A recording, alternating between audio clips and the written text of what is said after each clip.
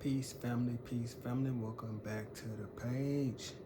If this is your first time viewing me, I am No Front VO, spiritual coach, spiritual guru, mentor, friend. And if you are a returning subscriber, you already know what's happening. Appreciate y'all for always coming back, showing love to the page, always liking it up, always subscribing, giving me that motivation that I need to continue to keep myself fired up so that I can continue to enlighten others. And they keep my flame going. They help me want to learn more. They help me want to read more. It helps me want to just expound on my knowledge that I have. And the more, of course, that I know, the more that I can share. And we're going to continue to reciprocate that energy. We're going to open up correctly. Peace to all the gods and goddesses of the planet. Peace to all the kings and the queens. Peace to all the princes and the princesses. If this is your first time viewing, like I said, this is your sign to continue to walk in your power. This is your sign that you are stepping into your power. Because if you're part of this family, if you're part of this subscription, if you're part of this tribe, just know that's what I teach, and that's what I want everybody to do around me. I want everybody to flourish and be able to receive all the manifestations that they want. I will be going into a lot of different stuff about magic and things of that sort that will help you, harness these portals that we be having. Today is a full moon, so just like the Native Americans, Native Indians, I said Native Americans. It was a reason I said that. It's a reason that I said that. Native Americans. It makes more and more sense. We are native to this, this landmass, and the more we stop letting them tell us where we came from, and knowing that we are this is our ground, and this is exactly where we're supposed to be. That was a new message straight from the Most High. So just know there's a lot of stuff popping up in your life that's unexpected right now. Unexpected messages, unexpected channels. I want to go into, since we was on whales, I don't know if y'all seen that movie The Ring, but it was a whale, and whales are basically portals to other realms and things of that sort. But what I'll get into with the Native Americans was being they had the ritual nights and things of that sort. Tonight is a full moon, so I'm just getting my peace pipe on, trying to get right with the spirits and harness the energy that we about to be walking into. Every full moon, you can use it for different reasons. You can use it for, to try to increase your manifestation powers, increase your protection, so that when most of the spiritual light gone from the moon, then you will still have that harvest of light that you have been saving up, storing, so that you can use it even when the light is not bright. So I wanted to go into the story of Moses. See, Moses was an Israelite, and he was born in a time when the Egyptian Pharaoh didn't want boys to be born. He didn't want boys to be born in Egypt kingdom at that current time. So Moses was a chosen one. Whenever they was getting rid of all the males, that's even up in the story about the Spartans. They was getting rid of all the males that wasn't strong, but they ended up saving the leader of the Spartans. You already know him. So they ended up saving him, of course, throwing some to death. And a lot of these stories in the Bible and stuff blend in with a lot of the myths and the folk tales that that they like to call myths and folk tales, but it's just really just a rewrite of the same story and them putting a new title on it. So Moses, this might be a good little long message, because I got some different things I want to go into. So go ahead and get your water for sure, or whatever you want to help you relax. Get a sip something. You did. I'm not really an alcohol drinker, but go ahead and sip some if you got to, because it's gonna be a good little story. So the story of Moses, like I said, he was born in a time when the Egyptians didn't want males in the kingdom, but that's only because they knew that a leader was going to be born. They knew that it was something special about the Israelites. They already knew that. So when he was born, he got saved one of the he was born, of course, male and female, one of the Israelites, but the Egyptian princess ended up saving him and, you know, taking him in. Now, you know, you gotta be powerful. It gotta be some powerful spiritual energy about you for a princess there to want to save you, not only save you, but take you into her kingdom, raise you up, and then you still become one of the most highest in ranks. Like, that gotta be something special about you. And he wasn't doing nothing but being himself. He didn't. He didn't control the life that he was born to, but he came in with that energy. And just like how she knew when she probably seen him or felt him, that he had a certain type of energy. That's the energy that the people around you feel. They know it's something special about you. You think that you hiding your speciality, but people see it clear as day. So you can't hide the special talents that you were naturally born with. That's actually what I was going to go into also, so that's kind of crazy. But you were born with natural gifts. Title of the video, of course. So, of course, he went in, then because we were born with these natural gifts, things like empathy, he seen one of his fellow brothers getting beat, and he ended up killing one of the Egyptian guards, or the, you know, like they police and things like that. So he ended up killing one of them, and then he got away with it that day. But you never really get away with things in a sense. So Moses actually, you know, he actually killed somebody, but he ended up still being one of the chosen ones. But he did it in good faith. He did it to save one of his brothers.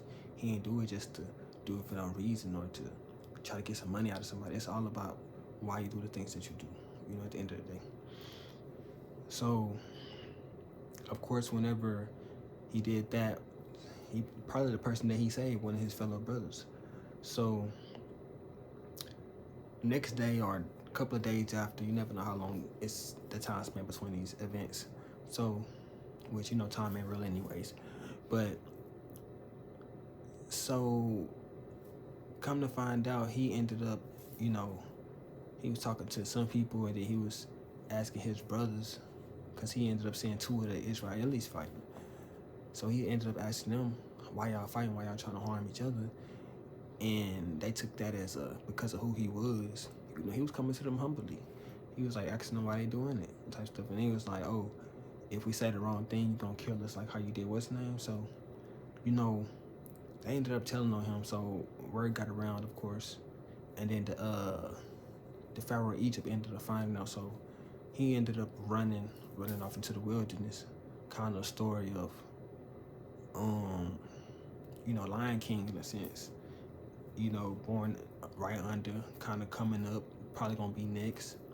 And then let's say his uncle, he probably saved in a sense, even though he probably didn't know them like that, but it's a reason that he was led to do. I'm quite sure that wasn't the first person he seen, you know, get mistreated.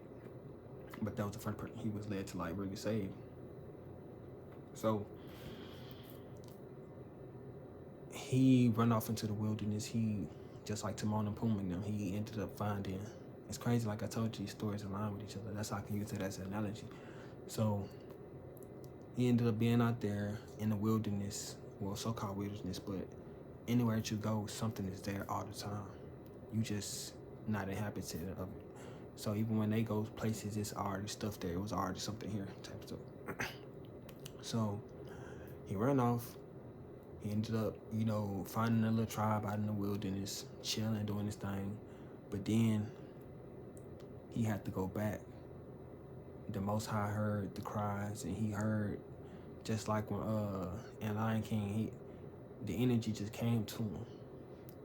And so he ended up getting the message from the Most High, like, you got to go back. You got to go, you know, save your people. You got to go take on this fight.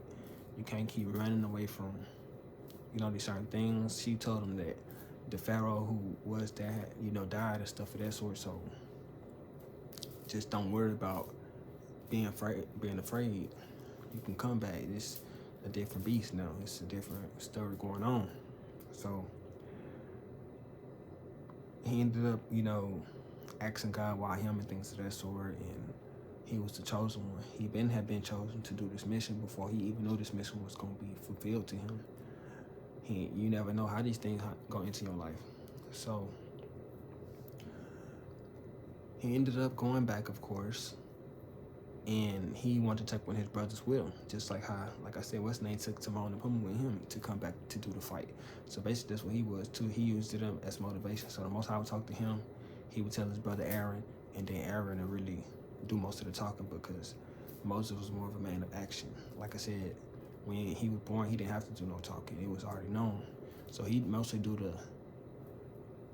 the things you can see versus he ain't finna do too much talking until he was led to, of course, build confidence up through his missions and his tests that he was put through. But we're gonna get into them. You know, I'm getting ahead of myself. So, come to find out, he goes into finally go back tell, you know, the Pharaoh like, let my people go, let us be free. So they didn't want to do it. So the Most High told him he was gonna give him 3 magical gifts off the rip. He was gonna give him the staff that can turn into the snake. He told him he was gonna be able to throw Nile River water onto the ground and make it turn to blood. There was one more that he gave him. It was like 3 powers. You know, it's always that one you go. But what was the third one? You know, y'all can pick me up in the comments. Pick me up, because I know my boys, they be knowing them scriptures. My boy Twisted Genius. Or somebody, you know, do that thing. But he had the third power, so he presented all these powers to the Pharaoh, but the Pharaoh was like, he brought some magicians in. He got some magic in the Bible. He brought magicians in. The magicians like, oh, we can do the staff into a snake. That ain't nothing. Oh yeah, the third one was he would put his arm up inside his jacket, pull it out. It was like a disease on it. He'd put it back, then the disease would go away. I think it said it turned. I don't know what it. I'm telling how his hand looked. They said it was white or something, but you know, probably looking nasty and gruesome. So he did the snake trick. He did the water trick. They ended up doing the disease trick. But see, the Pharaoh noticed these magical things can happen. So he didn't see him as something that, you know, he had to be afraid of, because he knew that all this stuff was illusions at the end of the day. You ain't doing nothing but tricking somebody else's mind into believing that it's a snake. Somebody could tell you a story about something and you could feel it so deep that it can make you feel like you was there. So all these is just casting spells on you and making the illusion. Now your mind creating it. But instead of that, it's like more deeper, because they really know what they're doing. So they've been practicing this on people, so they can build your, because all this is just photons bouncing off of an object and it's coming back to your head, receiving it. So let's say you looking into somebody's eyes, you can send beams to somebody through non-verbal, then it go to that, because all this light that's focused. Like I said, your eyes is receiving light from something, and you know, our natural light come from us. All you are photons at the end of the day, which is light. So he's sending the light beam into somebody else's head, is creating this illusion. So he showed the Pharaoh that, and the Pharaoh wasn't going for it still. So he put all these tax on. He told him he was gonna show him something every day. He's like, until you let us go. And then the Pharaoh would always come to him, telling them lies. Like, all right, this time, he showed him a low lie. He was like, all right, if you don't do this tomorrow, everything gonna be bloody. You ain't gonna be drinking no water. Still didn't believe him. He said, I'm sorry. Came back. He like, God, he said he gonna be good. So God put the water back. He ended up, when he did that, he lied again. So he was like, all right, something else gonna happen. Like, you're gonna wake up tomorrow and shoot, and it's gonna be crickets everywhere. So the crickets eating up everything. Where they start with an L, which is a type of grasshopper. But he told him like those gonna eat up everything. So he said, I'm sorry. Took it away. Did it again. He still didn't want to free the people. He didn't want to free their minds. He didn't want to free that hold he had on them. They doing all this labor. He ain't got to do nothing. Why would he want 60,000 people to leave? Because that's just, you know, from that. But why would you want all them people to leave? They doing your free labor. You ain't got to worry about it. They need you, because they're in that famine, all the people gave up most of what they had except for doing labor. Whenever, like I talked about in the other story, whenever the Egyptians had everything, so everybody was really around them already, congregating, you know, having to really feast on them because everything else within the land was kind of messed up. And once you have been taking care of your ground for so long, it didn't grew trees, and you know, that's 7 years of not keeping up with your farm, keeping up with the stuff on out there. So you can't really just go back like that because it's just like that's wilderness now. That's a whole different situation going on. It's 7 years. That was 7 years of good, 7 years of famine. So 7 years from now, just imagine if you left your house for 7 years, came back, how much it if we haven't been cutting the grass and stuff like that, you come back, boy, it'd be a whole tree going through stuff. You don't know what's being grown right there. So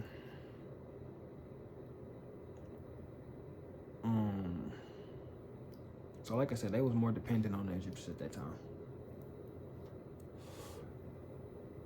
So anyways, that he didn't want to let them go because of all that labor. There's too much going on for them.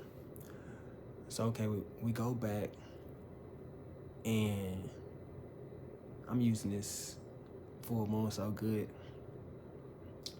So like I said, he ran off. Coming back, he still didn't want to let him go, of course. So the guy keep on showing his hand. He like, all right, wait. He said, Moses, every time one of the things happen, he told Moses, put out your hand, and I'm finna make it happen. He viral. This going on. You did. I hate y'all. All right, you gotta keep up. But put his hand up. Then, like I said, he said hell gonna come, and hell is just snowball, but instead of snowball, he making it snow and fire at the same time. Just imagine seeing that kind of stuff. Crazy. So when he got to that level, the magician was like, all right, this stuff really killing stuff.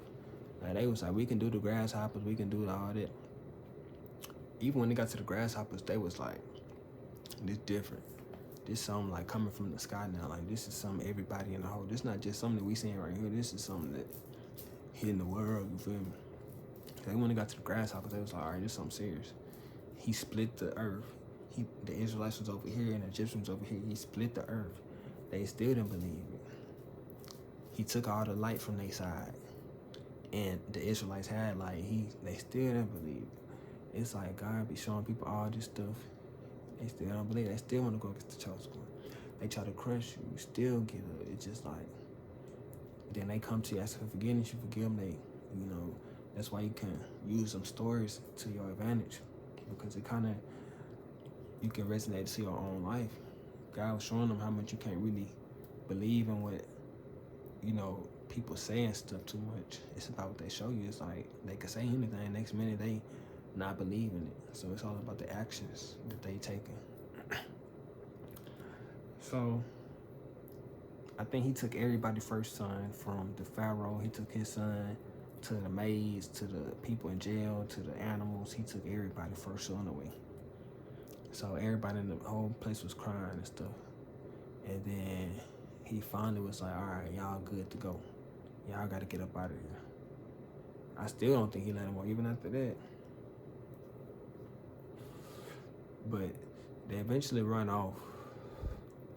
And then Moses, of course, split the land because they get to the the river, ocean. So he split that. They go over through all this distance, and the Pharaoh and stuff riding chariots. So they still, versus putting in that real work, they running on feet versus them trying to use buggies and stuff, so the chariot's going slow and stuff like that. So, because they didn't take nothing with them except for them. They ain't had time to really take nothing with them, so it's only them and, whoever can run the fastest. So, they get free. Now they at this mountain, and this is when Moses go onto the mountain, which is nothing more than his highest conscience, which I want to go into a little bit. I feel like Moses in a way was Thoth. I don't know if y'all know him, but he wanted Thoth, however you want to say it. So he one of the originals, and that resonates with you know, one of the kings of Egypt, Tahuti, and it's just like the stuff kind of makes an alignment. He might have been there scribing it because he was really, you know, Israelite, so he probably there just doing all kind of crazy stuff, scribing, and you know, because he had to have been a good writer in order to accept this energy from the Most High, because that's a lot of energy. People can't really fathom how much energy that is coming. That's why he talked to angels and stuff, because if he talks straight to you, then it's like a battery receiving too much energy, it's gonna blow it out. You feel me? So that's why even Moses' stepfather had told him, like, you can't really, you know, use that message too much, because shoot, that might gonna blow out your circuit, gang. Nobody can handle that much power. It's too much power coming from the Most High. That's sometimes why we have to talk to the different elements and stuff, receive these messages in little frequency verses. You know, that's why you gotta appreciate everything around you. You can use a little bit of everything in it, kind of more give you like the gradual flow, because if this energy coming straight to you,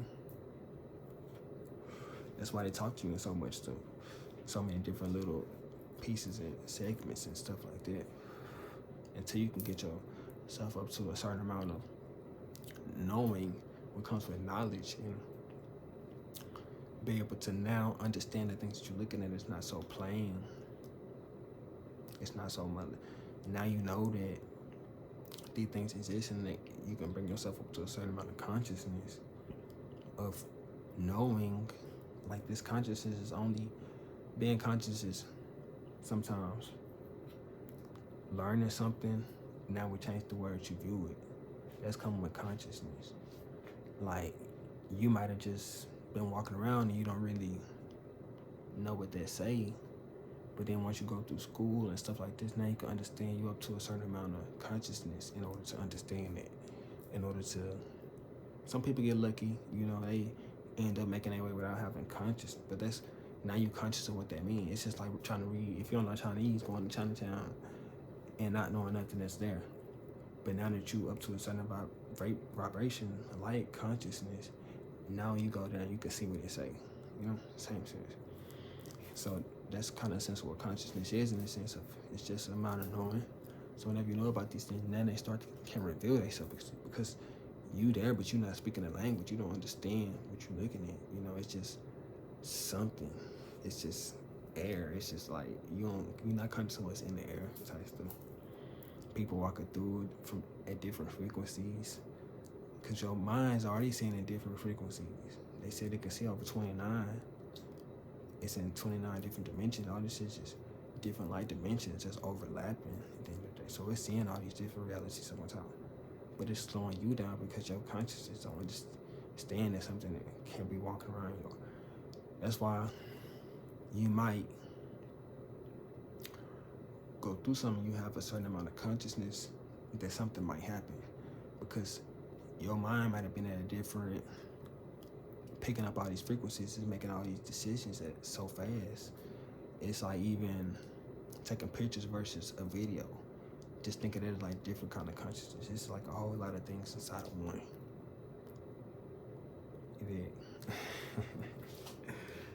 This stuff get crazy.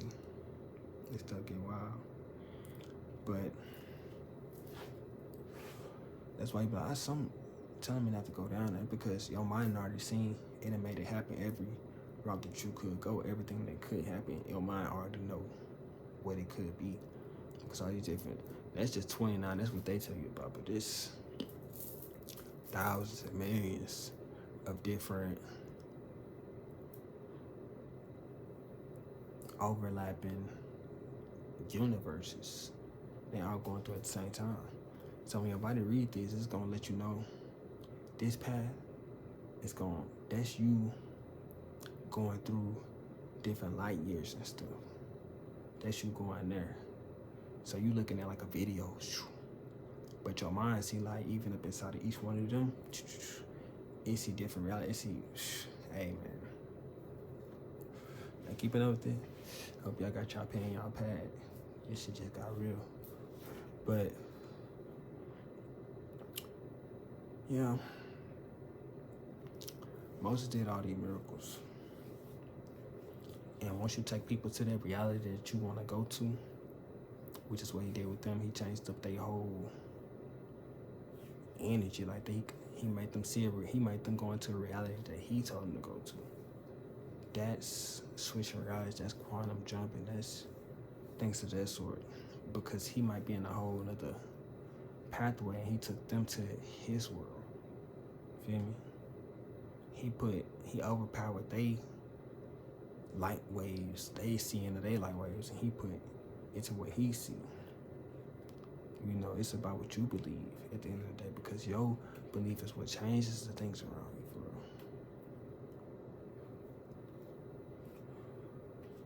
real. Gotta like that one.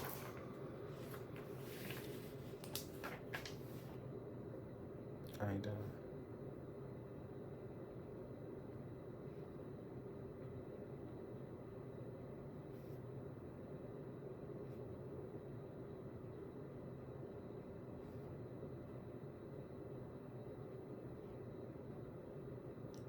So you been up these light photons, and you can step into that reality now. Now your brain is going into, because it happens so fast, your mind, your eyes can't keep up with it. Your eyes are fourth dimensional. And the stuff that it's doing, it's like, let's say 22nd dimensional, where you can see all these different realities in these different fractures of time. Different pictures that send into different realities themselves. As far as really infinite different realities, it's infinite. It's infinite use of different realities. The more you visit this layer, because it's like going to a picture on your phone and just looking at it. The more that you visit this layer by focusing, because even when you close your eyes is only fifth dimensional. So, I mean fourth dimensional. Fifth dimensional for some people who more heightened awareness as far as and clairvoyance, like that sort. But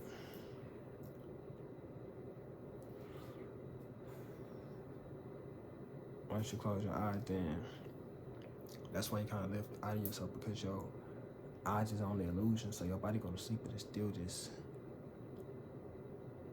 the consciousness that you using to animate this body is still technically there. So your body shut down, and it kind of releases itself from this body, because this body is only a fifth dimensional thing. So when this body go to rest, it's still a fifth dimensional being inside of it. So that thing get to really come out and go into these different realities that's around you at all times. And it might take you down a timeline when you're doing these things just to motivate you and continue to keep you focused on what's really there. That's why you're nothing but simply in that realm that you want to be in all the time, at all times. But you just have to let it know what you like, which one you want to be in. Because when they go to sleep, well, when this body go to sleep, all they do is come out, and it's still conscious what you want to do technically. Because even when I learn something in this consciousness right now, I go to sleep and I be saying it in those different realities. I probably like, which reality are you from? Like, you can't be from this reality, because in this picture right here, this is what we do all the time. But you're a build up of all those different ones, because you go to each one you want to go to. That's why some people don't understand you here, because you've been in so many different dimensions, and you bring it back with you. So when you go to sleep and you just go into this dimension, that's simply something that's one of these pictures that's around you at all times. And all these realities are, real. That's why sometimes realities be intertwined, because somebody bring that so much that they done brought back the reality here. And now you can see it right before your eyes. But with that being said, family, we finna be getting up on the 30. Freaking video been rising like a mug. I appreciate all y'all for coming back. I had to come at y'all with something powerful. Go ahead. If this your first time viewing me, I am No Front VO. Peace to all the guys and goddesses of the planet. Peace to all the kings and the queens. Peace to all the princes and the princesses. Continue to rise. Continue to rise in consciousness. Ashe, ashe, ashe.